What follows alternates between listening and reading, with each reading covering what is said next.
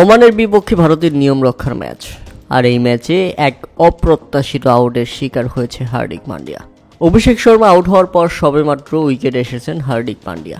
প্রথম বলে একটা সিঙ্গেল নিয়ে নন স্ট্রাইক প্রান্তে এসে দাঁড়িয়েছেন, কিন্তু এর পরের বলেই যে ঘটে যাবে এক দুর্ঘটনা সেটা হয়তো বা তিনি কল্পনাও করতে পারেনি, তাই তো হতাশ। অষ্টম ওভারের তৃতীয় বলে ঘটনা ছিল সেটি। সঞ্জু স্যামসন জিতেনের করা ডেলিভারিটি সোজাসুজি ব্যাট চালিয়ে দেন, আর সেই বলটি নন স্ট্রাইক প্রান্ত দিয়ে বের হয়ে যাচ্ছিল।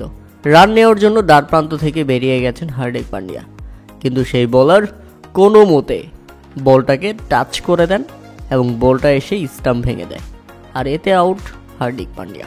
আত্মঘাতী রান আউট, কিছুই করার নেই। সাথে সাথেই প্যাভিলিয়নে হাঁটা দেন হার্দিক পান্ডিয়া। আপনারা যদি একটু ভালো করে দেখেন, শুধুমাত্র আঙ্গুলের ছোঁয়া লেগে বলটিকে স্টাম্পে আঘাত করে এবং দেখা যায় হার্দিক পান্ডিয়া দ্বার প্রান্ত থেকে বেরিয়ে এসেছেন। অতঃপর আক্ষেপ নিয়ে ফিরতে হয় হার্দিক পান্ডিয়াকে। 1 বলে 1 রানে শেষ হয় হার্দিক পান্ডিয়ার ইনিংস।